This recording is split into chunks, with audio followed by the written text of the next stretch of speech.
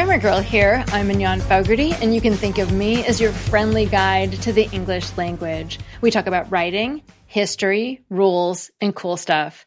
Today, we're going to talk about double words and the rules of conversation. But before we get started, I want to remind you that I have 3 LinkedIn Learning courses about better writing, punctuation, and commonly confused words. They're great for everyone, but they're especially great for professors because lots of universities provide free access through their libraries. So if you have students who are struggling with some specific writing problem, like writing in active voice or using semicolons, you can refer them to one of my quick 2 or 3 minute videos on just that topic. And you can bookmark specific videos to make them easy to find every time you have students with those common problems. Just search for Grammar Girl at LinkedIn Learning at your library, and all 3 courses should pop up. Have you ever been writing and suddenly you realize you've made a sentence with 2 words in a row, like had, or that, and wondered what happened? Asking like David Byrne of the Talking Heads, well, how did I get here? Well, don't worry. It doesn't mean you're a bad writer. It usually just means you've stumbled on a situation where you're using a word that can legitimately be different parts of speech. For example, the word that can be a pronoun, an adjective, a conjunction, and an adverb. So it makes sense that sometimes the word can appear twice in a row in a grammatically correct sentence. So let's talk about the different kinds of double words that can arise as you're writing your first drafts and how to fix them. Because even though they aren't incorrect, they are distracting.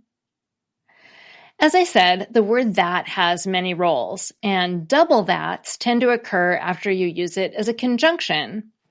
In this example, that as a conjunction is followed by that as an adjective.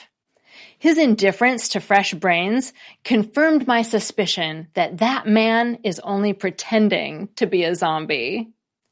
I've used that to identify a specific man, that man. 2 ways to fix it are to use a more specific adjective or to replace the initial pronoun with the description. I could write, his indifference to fresh brains confirmed my suspicion that the shuffling man is only pretending to be a zombie. Or, that man's indifference to fresh brains confirmed my suspicion that he is only pretending to be a zombie. And of course, in that second example, you could even delete the second that. In this example, that as a conjunction is followed by that as an adverb. It's still a matter of conjecture that much chocolate is what made Squiggly sick. There, I used that to emphasize how much chocolate it took to make Squiggly sick. That much. 2 ways to fix it are to insert a gerund after the conjunction or to rewrite it with a different conjunction. It's still a matter of conjecture that eating that much chocolate is what made Squiggly sick. Or people are still wondering whether eating that much chocolate is what made Squiggly sick. Here's another common problem. Had is a word that plays different roles and can accidentally appear twice in a row in a grammatically correct sentence. It happens when you use the verb to have in the past perfect tense. Past perfect tense sentences describe 2 things that happened in the past. Julia had only seen mimes on TV before she went to Paris. Bernard had run every day until he hurt his foot. You can see that if you substitute the past tense of the verb to have in similar sentences, you'll end up with a had. Julia had had Gouda cheese before she went to Paris. Bernard had had a flight booked for a marathon before he got hurt. The best way to eliminate the double had is usually to use a different past tense verb. Julia had tried Gouda cheese before she went to Paris, and Bernard had booked a flight for a marathon before he got hurt. Much like the had problem, you can get a double do in a grammatically correct sentence when one do is acting like a helping verb, for example, for emphasis, and another do is acting like an action verb. Imagine this conversation. Julia, you always scratch your chin when you want to ask a question. Bernard, wow, I do that, don't I? The first do is a helping verb that adds emphasis, and the second do describes the action. Often you can simply eliminate the verb that adds emphasis. It changes the feeling of the sentence a little, but it eliminates the distracting double word. Wow, I do that, don't I? When a name or title starts with the word the, and you want to use it in a sentence following the, it's okay to just drop the capitalized word from the title.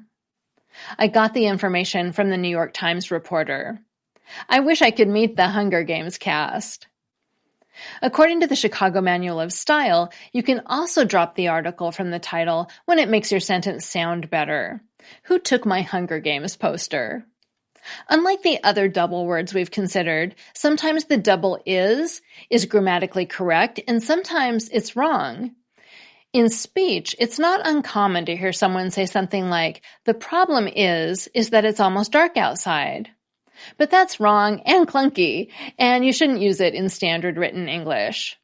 But it's an easy fix just to delete one of the is's. The problem is that it's almost dark outside.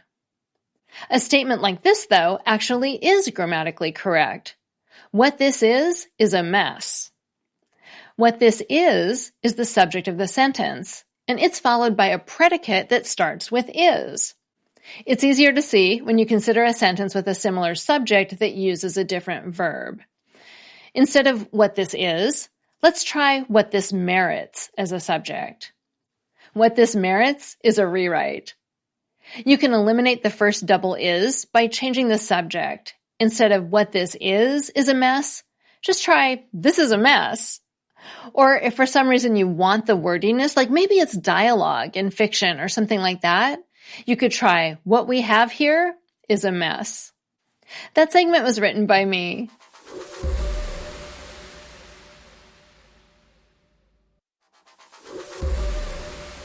Next, I have a segment by Valerie Fridland.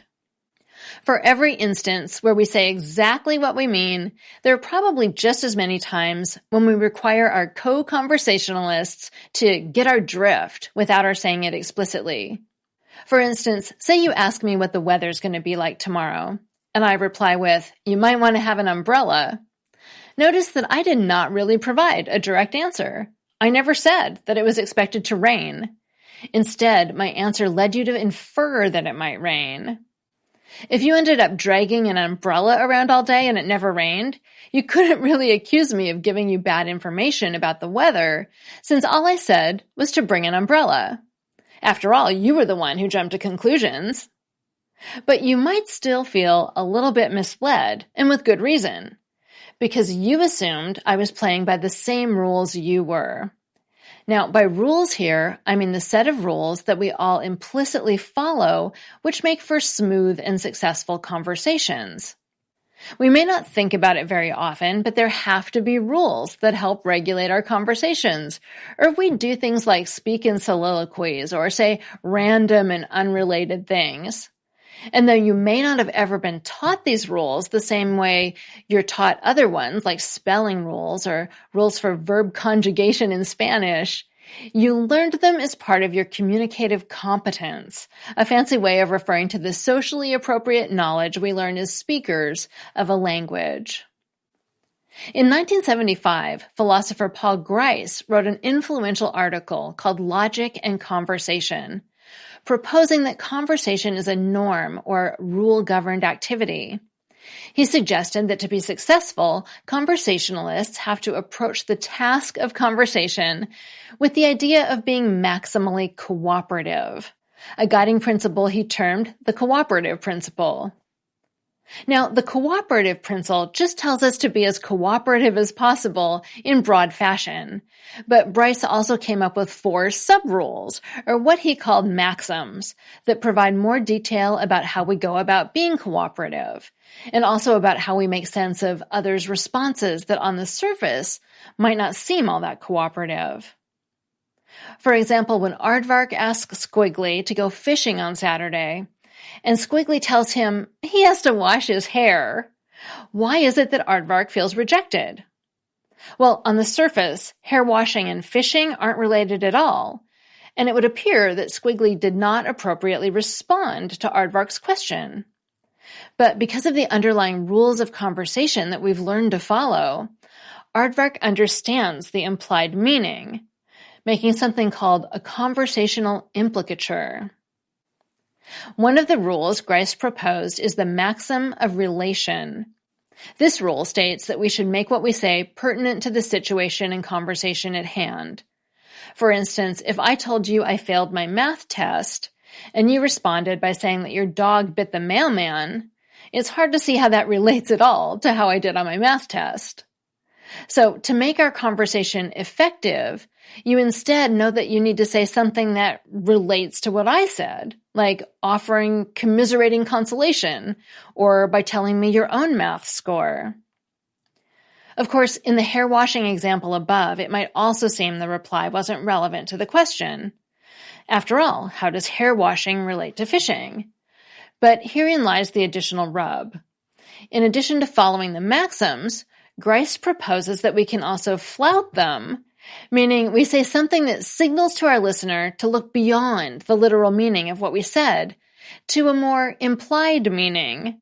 One like, I can't go fishing because I have a whole hair washing spa thing planned for tonight, which will keep me otherwise occupied. Why would we bother flouting instead of just saying no? Well, often to be polite, as saying something more direct and explicit like, heck no, I have no interest in going fishing with you, might not come across as very cooperative or kind. By flouting the maxim, we're able to let people come to their own conclusions and save face. The next maxim is the maxim of quality, which basically says we shouldn't say something false or for which we lack evidence.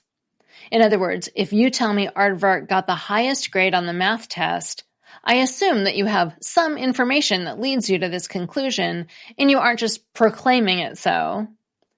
When we engage in conversation, we assume that we can take what others say at face value, unless we understand that they're flouting the maxim for some intended effect, like sarcasm or irony, like when they tell us that the wait at the DMV wasn't bad at all while rolling their eyes. Of course, bad actors can and sometimes do exploit our socialized willingness to trust what others say, and this is why lying feels like such a violation. There's also the maxim of quantity, a maxim that tells us to be as informative as is needed in the specific situation. In a nutshell, this means we need to be detailed enough without going overboard. For instance, if Aardvark asks Squiggly if he knows the time, and Squiggly simply answers with, yes, I do, then that's a violation of the maxim of quantity, and Aardvark can rightfully find Squiggly annoying. Part of what it means to have cooperative conversations is to understand the norms for what constitutes the appropriate amount of information to share. And as part of this cultural knowledge, Squiggly knows that asking someone if they know the time is really a request for telling them the time. So Squiggly was violating the maxim of quantity, likely for comedic effect. On the flip side, if you've ever had the sense that someone overshares details or is giving you TMI, then it's probably because you sense that they're violating the maxim of quantity. The final and perhaps most interesting maxim is the maxim of manner. This maxim is really more about how we choose to say something, as it guides us to make sure we're being clear, brief, organized, and unambiguous in what we say. So, for instance, when Aardvark says, Squiggly came to the party and I left, we take it to mean that Aardvark left after Squiggly showed up, not before, because of the way Aardvark presented the information. And given that Squiggly blew off Aardvark's fishing invitation earlier, who can blame Aardvark for avoiding Squiggly? Again, when people flout this maxim by doing something like spelling out the word walk as W-A-L-K in front of their dogs, which is more vague and inefficient than just saying the word, it's a signal to a listener that they need to look deeper for how to make sense of it in the context. For example, that the speaker was trying to avoid overexciting the pup. Of course, these maxims are guides, not do-or-die rules, so people don't always follow them. But when people overtly violate them by lying, by over-talking, or being disorganized and vague in how they package what they say, they don't tend to have a lot of subsequent conversations. That segment was written by Valerie Fridland, a professor of linguistics at the University of Nevada in Reno, and the author of the forthcoming book, Like Literally, Dude, about all the speech habits we love to hate. You can find her at valeriefridland.com or on Twitter as FridlandValerie. Next, I have a Familect story. Good morning, Grammar Girl. Here's another Familect story for you. Like many 2-year-olds, my now 17-year-old daughter liked to eat goldfish crackers as a snack. Not remembering the name of the snack, she asked for cookie fish. It only took a minute to figure out what she was asking for, and her name for the treat was so charming that it stuck. We still call the delicious yellow crackers cookie fish. Thank you. Bye. Thank you. That was so cute. It made me laugh. If you want to share the story of your Familect, a family dialect, or a word your family and only your family uses, call the voicemail line at 83321-4GIRL, and I might play it on the show. Grammar Girl is a quick and dirty tips podcast. Thanks to my audio engineer, Nathan Sims, and my editor, Adam Cecil. Our ad operations specialist is Morgan Christensen. Our marketing and publicity assistant is Davina Tomlin. Our intern is Cameron Lacey. And our digital operations specialist is Holly Hutchings, who loves to cuddle her black lab deputy. And I'm Mignon Fogarty, better known as Grammar Girl. You can find me on Twitter and YouTube as Grammar Girl. That's all. Thanks for listening.